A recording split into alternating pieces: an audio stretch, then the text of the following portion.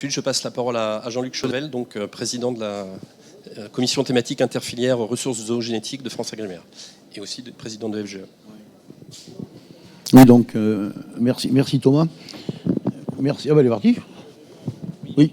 Bon, ben voilà, merci. Oui. Oui, j'ai l'honneur de présider cette conférence. Donc, en introduction, tout le monde, les deux intervenants vous l'ont un peu dit, hein, un dimanche, ce n'est pas forcément le bon choix. Matin, c'est un peu plus compliqué. Bon, malheureusement, on n'a pas pu faire autrement.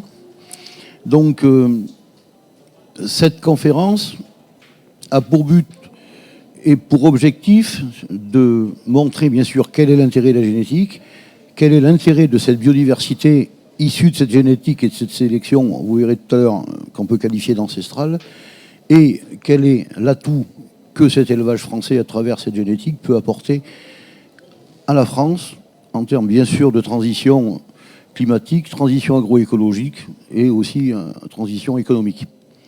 Voilà, donc d'abord, je voudrais simplement préciser qu'il y a 5-6 intervenants, 6, je crois. Donc, le choix, bon, tout le monde aurait pu ou voulu intervenir. Le seul problème, c'est que la CTI, c'est aussi beaucoup de fédérations et beaucoup de filières représentées.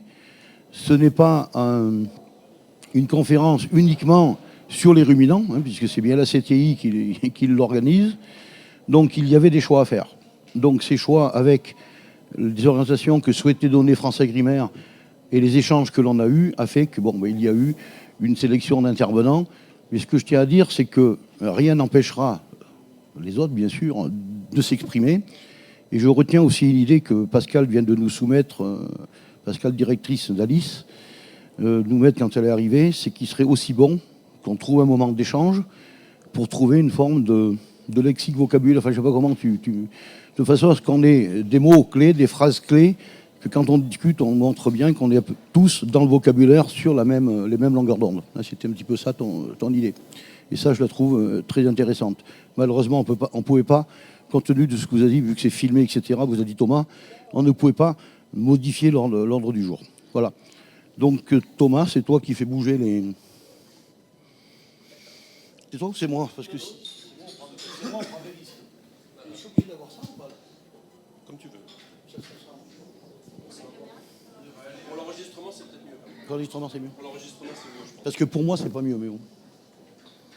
Bon, donc, comme je vous le disais, avec un vocabulaire peut-être un peu moins précis, c'est que la génétique animale, vue, bien sûr, par nos structures, donc, est un maillon essentiel aux filières animales qui sont, bien entendu, en pleine évolution. Ceci étant, l'évolution, on la connaît, elle est toujours là, et il faut savoir s'adapter. Ceci étant, on ne va pas s'amuser à faire de l'histoire et remonter à la création du monde, mais depuis que l'animal a été domestiqué, ou même au moment de la domestication, on a effectivement commencé à faire de la sélection. Elle était bien évidemment pas faite comme aujourd'hui, parce qu'il il y a eu des évolutions technologiques, scientifiques, etc. Mais du moment où les humains se sont mis à domestiquer l'animal, ils ont sélectionné des espèces et des races au sein des espèces. Donc cette sélection était plus basée sur de l'empirisme, sur de la technologie, alors qu'aujourd'hui on est beaucoup plus sur des bases sûrement scientifiques. Enfin pas sûrement, oui. Mais il n'empêche que cette sélection a toujours été dans un objectif, alors qu'on appelle de productivité ou productif. Alors c'est pas un gros mot. Alors la productivité d'il y a 10 000 ans, la productivité d'il y a 5 000 ans et la productivité d'aujourd'hui n'est peut-être pas tout à fait dans sa définition la même chose. Mais il n'empêche que la productivité n'est pas un gros mot. Et quand on a sélectionné ou domestiqué le cheval, il y a 10 000 ans ou 5 000 ans, je ne sais plus au niveau du cheval quelle était la période, on l'a bien sélectionné dans un but de productivité, peut-être le travail, peut-être la guerre aussi, sur le déplacement, etc. Donc on a toujours, il y a eu cette recherche d'apport, de productivité, en accord, bien sûr, avec le besoin humain, mais aussi en accord avec les territoires. Même si des fois, dans certaines périodes, on l'a un peu oublié, c'était ça le but de la domestication et donc de la sélection à l'époque. Voilà. Donc on recherchait, comme vous voyez, bien sûr, le meilleur animal possible. Ah oui, j'oublie la notion esthétique. C'est vrai que l'empirisme fait qu'il y avait aussi la notion esthétique, qui existe toujours. Hein, la notion esthétique, bon, bien sûr qu'aujourd'hui, on a possibilité de connaître l'animal par la sélection telle qu'on l'a conduit aujourd'hui, avec les dernières technologies que sont par exemple la génomique, mais il n'empêche qu'il reste encore cet aspect esthétique. Alors quand on parle de génomique, souvent d'animaux domestiques à des fins, mais l'esthétique pour la sélection animale peut aussi exister dans certaines espèces aujourd'hui qui sont, je ne sais pas si je vais créer quelqu'un en disant par exemple le chat, le chien, où on a des notions peut-être d'esthétique plus fortes. Ça ne veut pas dire que chez le bovin, l'ovin, le caprin, il n'y a pas encore des notions d'esthétique, hein, où on regarde quand même un petit peu. Je ne vais pas parler de l'humain, hein, où la notion d'esthétique est aussi bien ancrée. Je ne vais pas m'amuser à dire des bêtises parce que j'en ai filmé et enregistré. Voilà. Donc, la ferme France, ben, vous la voyez, vous commencez maintenant, puisque ça a été diffusé largement dans les médias ou dans la presse agricole. La ferme France, aujourd'hui, ben, alors c'est des exploitations, hein, vous comprenez que ce n'est pas des animaux. Par exemple, c'est 51 000 exploitations ayant des bovins viande. Et ces 51 000 exploitations ont en moyenne 80 hectares. Pour ce qui est, bon, après, alors, c'est pas cumulable. C'est-à-dire qu'on peut avoir des bovins lait et des bovins viande, on peut être mixte avec bovins lait, bovins viande, mais on peut aussi avoir des moutons, on peut avoir des porcins. Donc, il ne faut pas additionner les exploitations, là, parce qu'autrement, ça va pas le faire. On dit à peu près 150 000 exploitations en France, c'est ça? Vous êtes d'accord avec ce chiffre? D'élevage, oui. C'est à peu près ça le chiffre. Et puis après, ben, il y a de la polyculture, polyélevage. Voilà. Simplement pour signaler, puisqu'on avait un peu moins les chiffres, au niveau de l'aquaculture, puisqu'on a trouvé, le chiffre était disponible. Donc en aquaculture, vous avez 3300 entreprises. En titre personnel, ça me suis dit, oula, voilà. Et ce qui représente un chiffre d'affaires de 735 millions. Et alors, ça serait bien qu'on puisse avoir ces chiffres-là aussi dans les autres filières ruminants et autres. Et donc 11 500 ETP d'emploi direct. Donc, ça serait bien, hein, c'est ce qu'on essaye de faire à la CTI maintenant depuis un an et demi, d'arriver à la connaissance de ces chiffres par filière. On a du mal, mais on va bien finir par y arriver. Donc, en 2022, on a du mal à rassembler ces chiffres. Moi, ça me perturbe un petit peu quand même, mais on va y arriver. Hein, on va y arriver. Voilà, donc cette filière génétique, on a l'habitude de dire qu'elle est pyramidale. Bon, je crois que l'exemple qui est pris ici illustre bien le fait que c'est un petit nombre d'éleveurs, un petit nombre d'animaux qui alimentent l'ensemble de la filière de la création jusqu'aux élevages utilisateurs. Donc, quand on dit que c'est un petit nombre pas cher, là sur le pas cher, je voudrais bien qu'on en discute. Effectivement, quand on regarde la masse du chiffre d'affaires, c'est un tout petit pourcentage. Et ce petit pourcentage est supporté par aussi un petit nombre. Voilà, il y a un problème de répartition. Et je crois qu'il sera important que d'écrire petit nombre, oui. Utilisateur grand nombre, oui. Dans certaines filières, il faudrait que le nombre soit même beaucoup plus important. Je pense notamment aux ovins, hein, et d'autres, hein, où il y aurait besoin d'une... Voilà. Mais quand on dit pas cher, j'aurais tendance à dire pour qui, hein. Donc c'est pas cher pour l'ensemble de la filière, mais il y a quand même de l'investissement et du fonctionnement qui, lui, coûte cher. Voilà. Et donc, quand on regarde cette pyramide, la première chose, avec Thomas ce matin, quand on l'a regardé, je disais, je l'aurais presque inversé. J'aurais presque mis la pointe en bas pour montrer que le socle du transfert de technologies liées à la génétique est supporté par un petit nombre de personnes. Et donc, si on inverse, il est finalement très fragile. C'est-à-dire que c'est un petit nombre de personnes qui tient un gros édifice, et vous enlevez ou vous mettez ce petit triangle en difficulté, vous pouvez faire que l'édifice s'écroule. Donc, ce schéma a au moins, je dirais, dans son interprétation, c'est avantage de démontrer ça. Et puis, bien entendu, donc, la compétitivité, ça va de soi. Et ce que l'on oublie peut-être, et beaucoup de politiques l'utilisent, et pas que des politiques, c'est notre souveraineté. Alors la souveraineté stratégique, bon ça c'est de façon globale, c'est de façon peut-être générique, hein, mais on a une souveraineté de développement alimentaire, de production, de système d'élevage. Et cette génétique permet effectivement de discuter franco-français, même si j'ai rien contre l'international, il faut bien y être et vous verrez qu'il y a un slide là-dessus, mais ça nous permet, à nous, Français, d'orienter, par les échanges qu'il y a entre l'entreprise, la recherche, le gouvernement, enfin l'État et les agriculteurs et les filières, de canaliser là où on veut aller sans avoir à subir. Oui. Si on veut faire une comparaison, on pourrait dire que la génétique animale est à l'élevage, ce que les microprocesseurs Ah oui. sont à l'intelligence artificielle. Oui.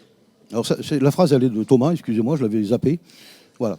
Hein, je n'avais pas zappé Thomas, j'avais zappé la phrase. Voilà. Non, mais important. Alors, c'est vrai qu'un microprocesseur, ça coûte pas cher. Hein, c'est plus, mais il n'empêche que c'est essentiel. Voilà. Et donc, dans l'intelligence artificielle, il y a quelque chose de. Il y a un système global.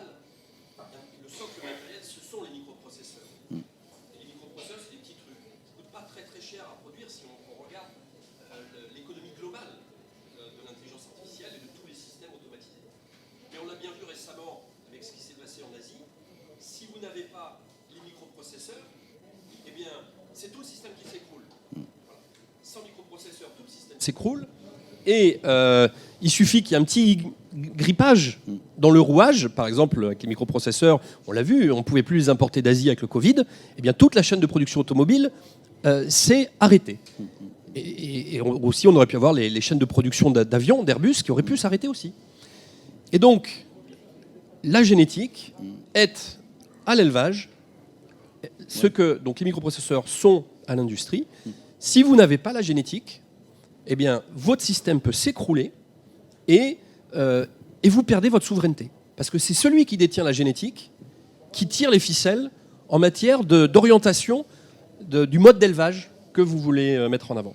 Celui qui tient en discussion avec l'environnement. Voilà. Hein, c'est pas... Et donc, toute cette ferme France qu'on a présentée tout à l'heure, avec 150 000 exploitations d'animaux terrestres, plus donc toutes les entreprises aquacoles, toute cette ferme France repose sur la génétique. Voilà. Et donc là derrière, vous avez des milliards de chiffres d'affaires, vous avez des centaines de milliers d'emplois, et ces centaines de milliers d'emplois reposent sur cette génétique. Et donc effectivement, c'était l'exemple de la pyramide que tu donnais.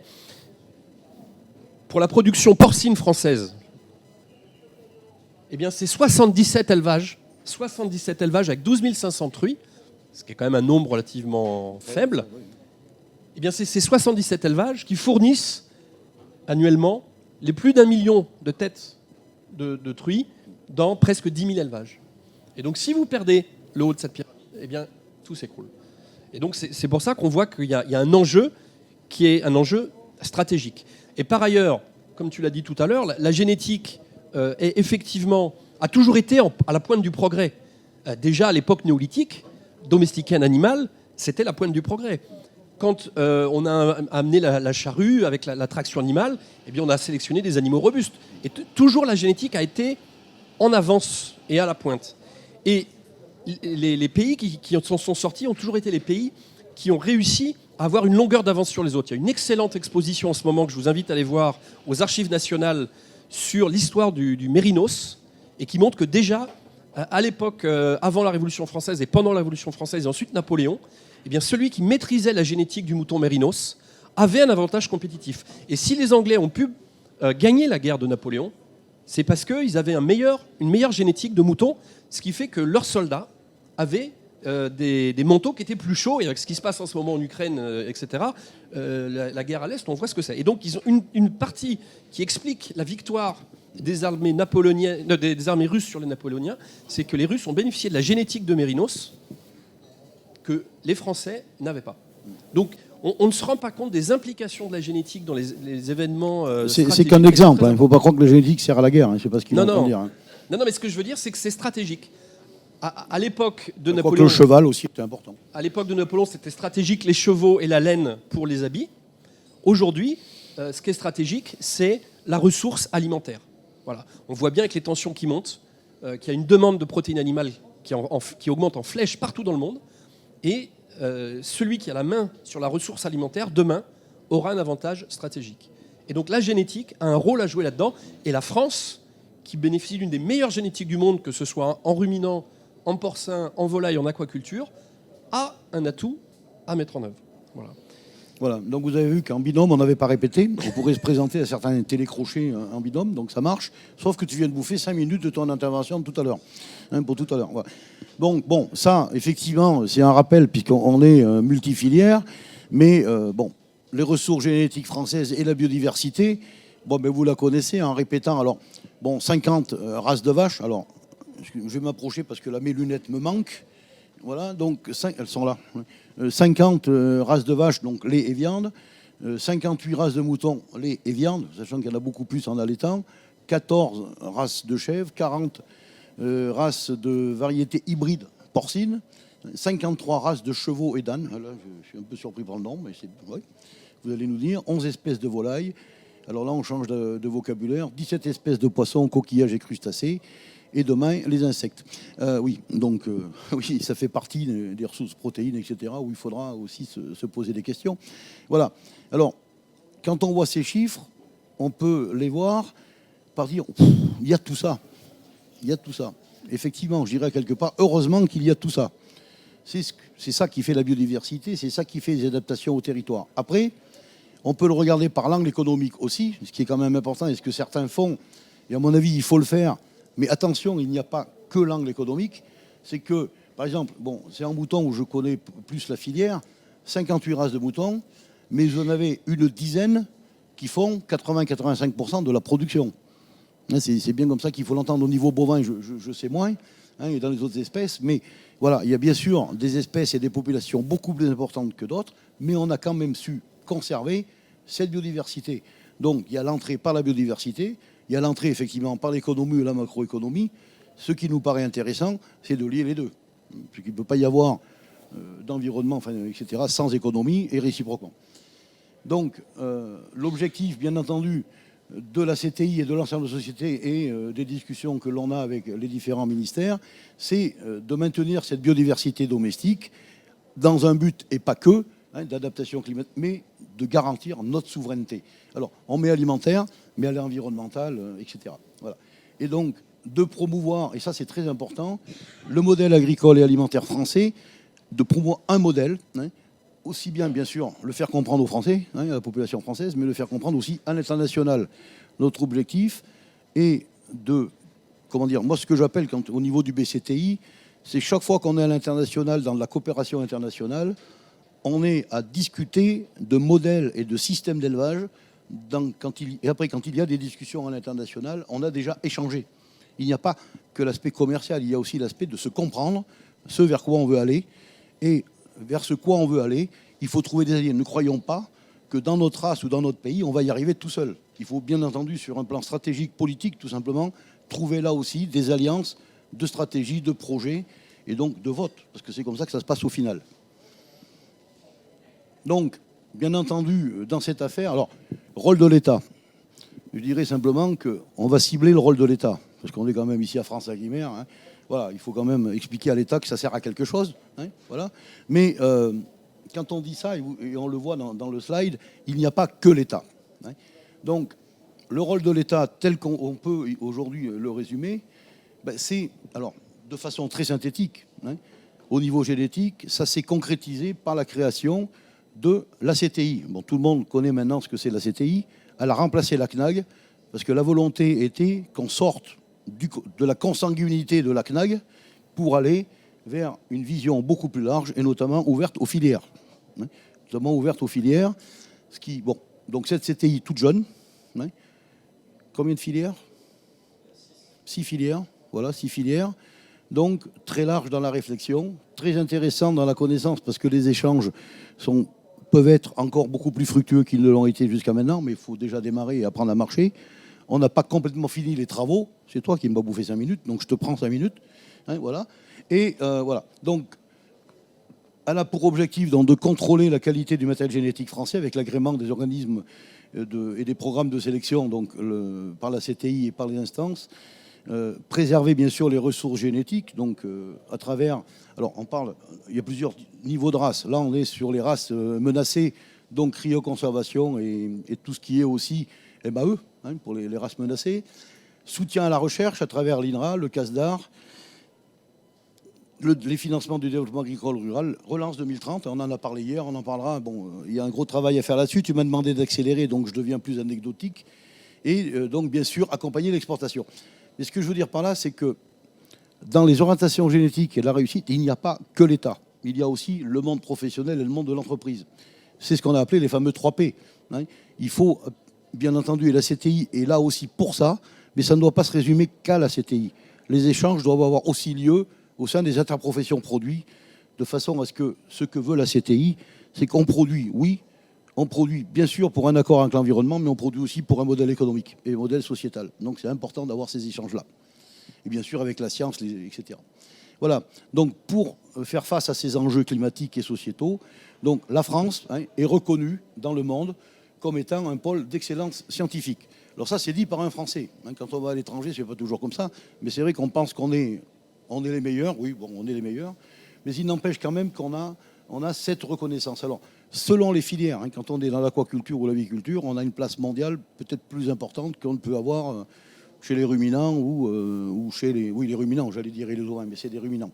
Donc, bien entendu que, alors, mais notre savoir-faire, il est bien sûr scientifique, il est bien sûr par rapport à la recherche, où là on a une excellente recherche reconnue, même en avance sur certains pays, mais il est aussi sur le modèle. C'est-à-dire qu'on a un modèle d'exploitation, un modèle d'alimentation, un modèle d'élevage et un système d'élevage qui s'adapte dans tous les pays, dans tous les climats.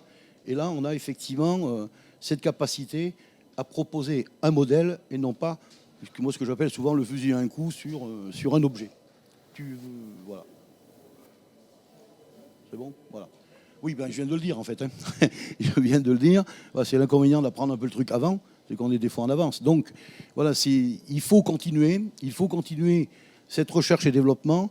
Il faut continuer cet échange avec, disons, la société civile, les agriculteurs, les entreprises, l'État, pour faire avancer cette innovation qui est fondamentale pour notre évolution de demain ou nos adaptations de demain.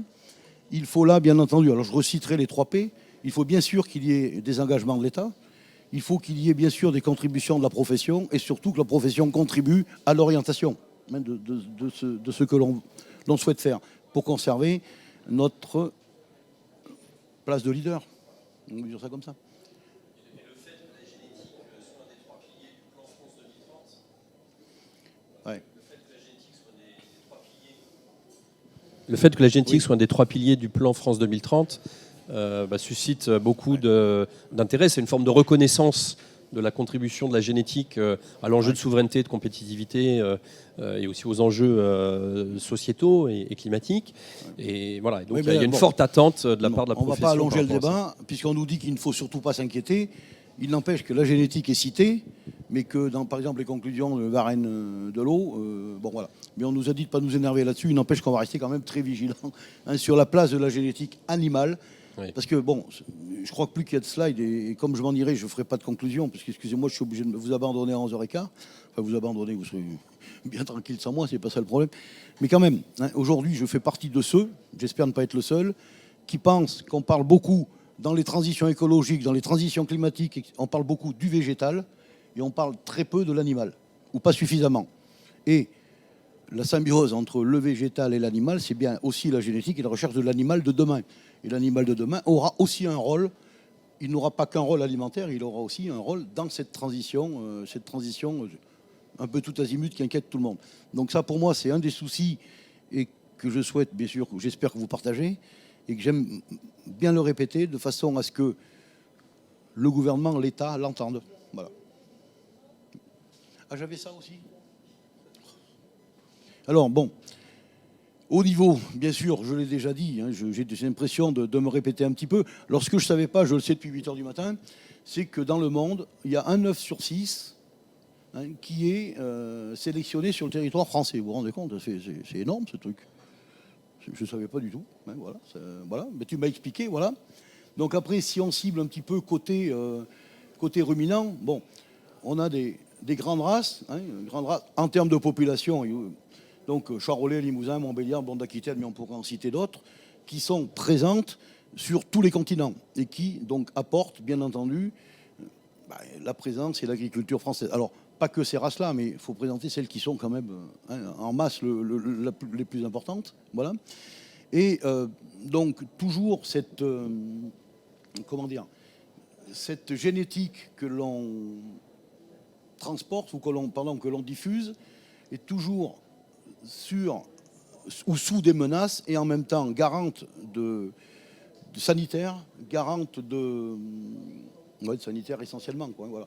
Et malheureusement, mais ça, on l'avait peut-être écrit il y a quelques jours, c'est qu'on est aussi soumis, mais pas que la génétique, ou pas que le commerce de la génétique, soumis aux crises géopolitiques. Bon, j'ai fini, moi. Donc juste par rapport à, mais j'y reviendrai tout à l'heure à l'export.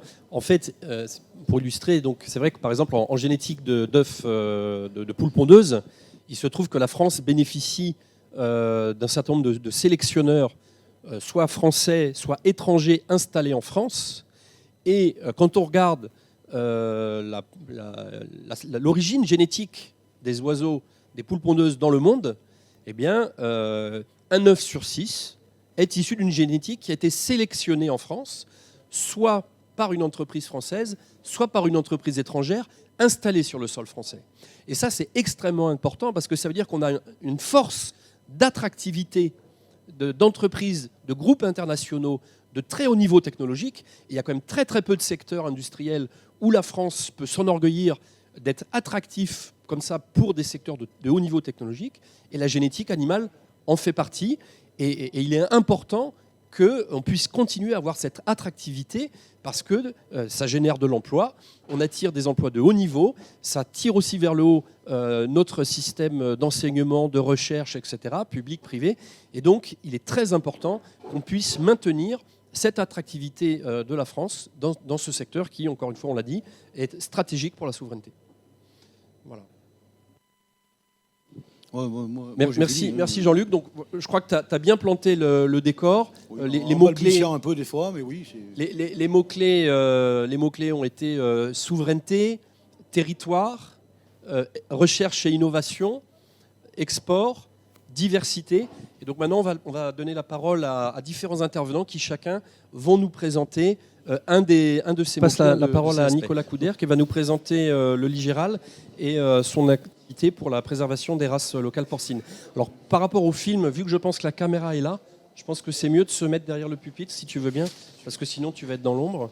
Et est-ce que je peux te laisser passer les diapos ? Voilà. Donc tu appuies sur les... Merci. Donc, moi, je vais vous présenter le Ligéral. Alors, quand on parle de Ligéral, maintenant, on commence à savoir de quoi on parle. Avant, c'était pas forcément le cas. C'est vrai qu'on faisait la réflexion tout à l'heure avec Jean-Luc. Non, c'était avec Jean-Luc, c'était avec Hugues qui disait une collaboratrice ne connaissait pas ce que voulait dire Ligéral. Donc voilà, le Ligéral, en fait, c'est une... c'est un des livres généalogiques qui regroupe les 6 races locales de porcs français aujourd'hui. Donc ces 6 races locales sont issues d'un programme de conservation, qui a débuté dans les années 80. La mise en place du programme de conservation, c'est 1982. Il a débuté avec historiquement 4 races, le porc basque, le porc blanc de l'Ouest, le porc cul noir limousin et le porc gascon. Donc c'était des races qui étaient en faible effectif. Alors en 1980, il y avait beaucoup plus de races que ça, mais en fait le programme de conservation n'a pu se faire que sur ces 4 races-là parce qu'on n'avait pas assez d'individus dans les autres races historiques.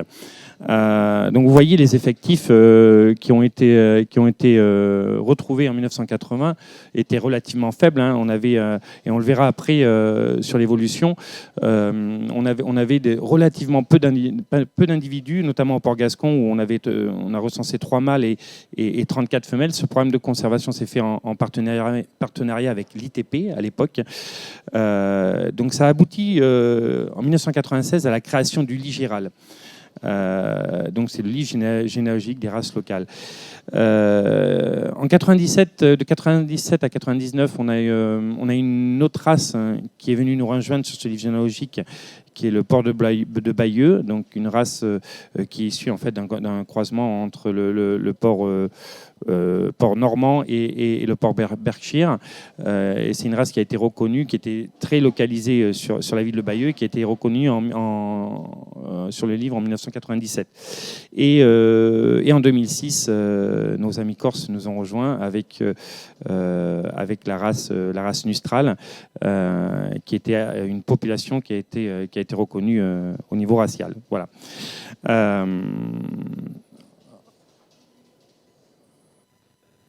Ça passe. Voilà. Ça, c'est la répartition géographique. Alors, vous voyez, on a 4 races qui sont de souche méditerranéenne. Donc, on a le Limousin, le Gascon, le Basque et le Mistral. Et 2 races qui sont d'origine celtique. Donc, on n'a pas du tout les mêmes caractéristiques génétiques et on va le voir tout à l'heure, ni les mêmes modes d'élevage. On va avancer tout de suite. Ça, c'est les évolutions des effectifs à partir de 2000. On ne vous a pas mis avant. Donc, et ça, c'est très important parce que c'est le lien entre les filières et les races. On s'aperçoit que les races qui sont pas structurées en filière ont du mal à se développer. Et inversement, les races qui ont des filières qui sont bien implantées et qui ont eu du soutien pour se développer, eh bien, arrivent à avoir beaucoup plus de développement au niveau de leurs effectifs. Les races aujourd'hui les plus représentées sont le porc gascon. On est aux alentours de 1800 truies aujourd'hui sur le porc gascon.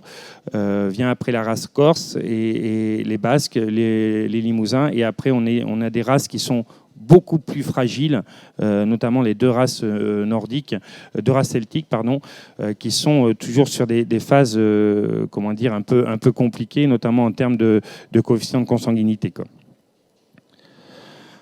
Comme je le disais tout à l'heure, donc on a des systèmes d'élevage qui sont très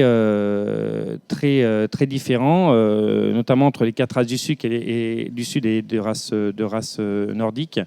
On a pour le Basque, le Gascon et le Cul Noir des animaux qui sont élevés sur des systèmes extensifs, avec une alimentation qui est complétée par des ressources naturelles avec une valorisation du territoire, quoi. Ça se traduit donc en termes de filière par l'AOP porc Quintoa et jambon Quintoa, qui est lié à la race basque, avec des séchoirs collectifs, des transformateurs et quelques coopératives d'éleveurs. Un abattoir qui centralise un peu la filière, qui est à Saint-Jean-Pied-de-Port, et un développement historique sur le département du 64, avec une production qui stagne depuis quelques temps sur ce département, parce qu'il y a il y a beaucoup de signes officiels de qualité sur le Pays Basque, et il y a une grosse concurrence de la brebis laitière. Et on stagne en ce moment sur un effectif de 4000 porcs par an sur cette filière-là. Après, on a une AOP, l'AOP Noir de Bigorre, qui correspond au porc gascon, avec un schéma un peu particulier, avec un atelier de coupe qui a été créé par la filière, la SICA Noir de Bigorre, un atelier des coupes, et dernièrement une reprise aussi de l'abattoir de Tarbes avec quelques partenaires privés, notamment la SICA pyrénéenne. Et ce développement sur l'ancienne région Midi-Pyrénées a permis aujourd'hui d'avoir un effectif de porcs commercialisés qui représente 10 000 porcs et environ 17 000 jambons, parce que le produit phare de ces races du Sud, c'est quand même le jambon sec. C'est 10 000 porcs et 17 000 jambons. Alors, on peut s'arrêter un petit peu sur la race gascon, parce qu'on a vu tout à l'heure sur les précédents slides qu'en 1980, c'était la race qui avait le plus faible effectif. Aujourd'hui, 40 ans après, la filière Noir de Bigorre, c'est 150 emplois sur le territoire et une filière qui représente 20 millions d'euros. Donc c'est quelque chose qui peut paraître petit à l'échelle de la production porcine en termes d'effectifs, mais qui a un réel impact sur les territoires locaux, quoi. Voilà. Sur le porc cunoir limousin, donc on a une démarche qui est initiée sur une AOP, une coopérative d'éleveurs qui s'est créée en partenariat avec des transformateurs, et voilà, sur un effectif qui est doucement en train de monter, et une filière qui est doucement en train de se structurer.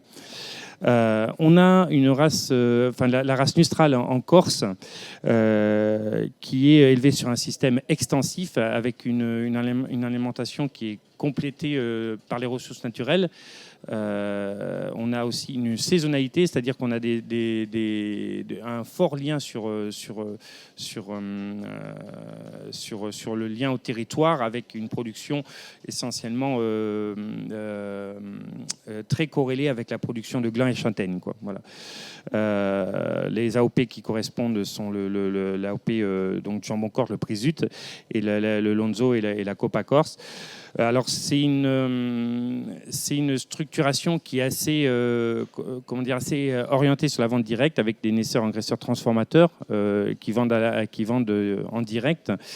Il n'y a pas d'atelier de transformation collective, c'est des séchoirs individuels, et une filière qui n'existe pas de façon collective. Elle existe autour de la gestion de l'AOC, mais elle n'existe pas au niveau collectif, quoi. Voilà.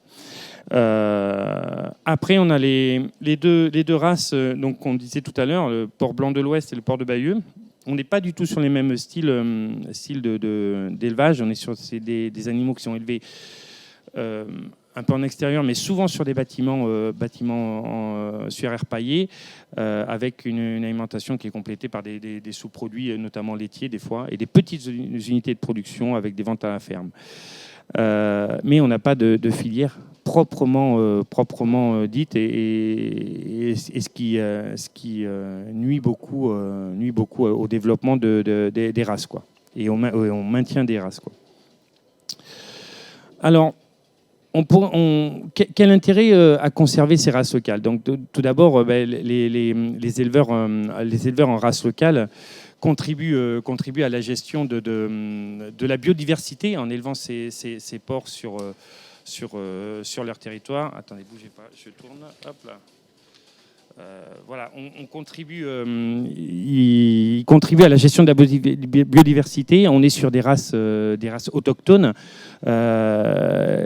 endémiques de leur territoire. Elles ont toujours été présentes. Elles sont élevées en système extensif et transformées suivant des savoir-faire ancestraux. Alors, entre nous, on parle souvent de noyaux d'élite. Et c'est ce qui nous a permis aussi de développer sur la filière noire de Bigorre, la filière porc-gascon. On retrouvait cette notion de noyau d'élite. Noyau d'élite, on parle de noyau d'élite quand on a un maximum de paramètres qui concourent au maintien d'une race ou d'une population sur son territoire d'origine. Donc c'est le terme qu'on emploie souvent, nous, sur les développements de nos filières. Ces produits qui sont issus de ces races locales sont des produits qui correspondent à un positionnement haut de gamme, parce que aujourd'hui, du fait de leur mode d'élevage, mais durée et mode d'élaboration des produits, on est sur des indices de consommation qui ont rien à voir avec un porc standard. Voilà, on a un indice de consommation qui est entre 6 et 7, des GMQ qui sont entre 250 et 300 grammes. Voilà, un rendement de carcasse aussi maigre sur gras qui aujourd'hui pose des problèmes de rentabilité. Quand je vous parle entre 35 ou 42% de rendement maigre sur gras, voilà, ça fait... Il faut trouver un schéma de valorisation économique derrière qui puisse être viable. Alors, juste pour les produits, nos produits sur nos races locales, ils correspondent à une certaine attente sociétale aujourd'hui, et sont finalement un peu précurseurs sur ce domaine-là. Voilà, la diversité.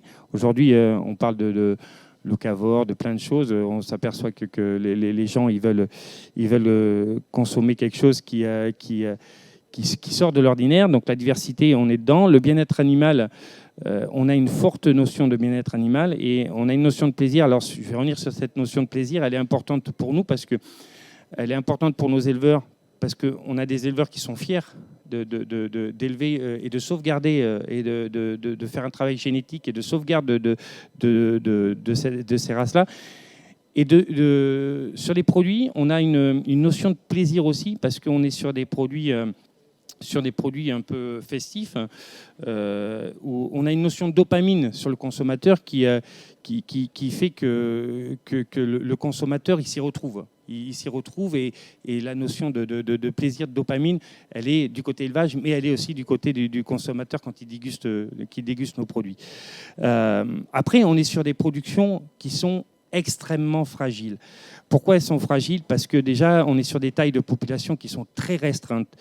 On a des risques sanitaires. Aujourd'hui, la PPA, on l'a vu, la PPA, on a des modes d'élevage extensifs, exposés, très exposés, et une pression aussi de la filière porcine standard qui peut être aussi du fait de notre exposition sur ces risques sanitaires, essaye un peu de cadrer un peu les choses au détriment même de cahier des charges de production en AOC où on peut avoir des choses qui sont tout à fait antagonistes.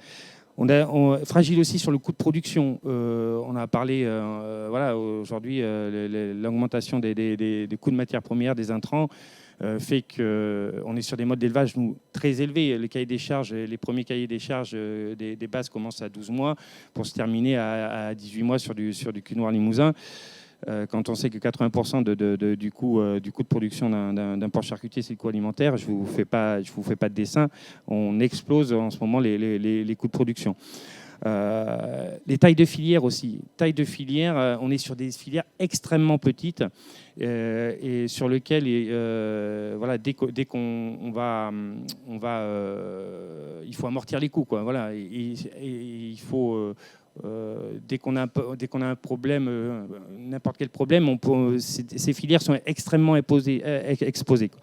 Une inertie de production aussi. L'inertie de production, on est sur des cycles très longs entre le moment où, si on prend l'exemple des 4 races du Sud, où, avec le produit valorisateur qui est le jambon, entre le moment où le cochon naît et le moment où on va manger le jambon, il se passe 4 ans, quoi. Donc une inertie de production qui est énorme, quoi. Et on a aussi un problème de captation d'image. On en a parlé souvent dans les instances à Races de France. Le nom des races locales attire beaucoup de monde, quoi. Et aussi empêche le développement ou fait de la concurrence déloyale sur ces micro-filières. Voilà. Donc c'est des filières qui répondent tout à fait à l'attente sociétale. En termes d'agroécologie, en termes de demande sociétale, mais c'est des filières qui restent quand même très, très, très exposées et très fragiles sur leur développement, quoi. Merci. Merci beaucoup, Nicolas.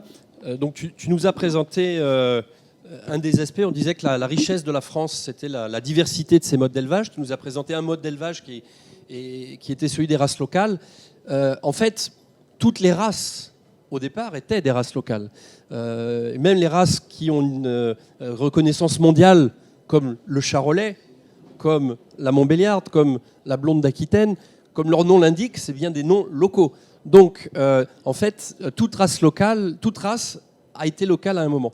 Et donc maintenant, je vais passer la parole à Hugues Pichard, qui justement va nous dresser un panorama global de la contribution de la génétique à la souveraineté, et comment est-ce que ces races qui étaient locales au départ, finalement, sont devenues des races mondiales.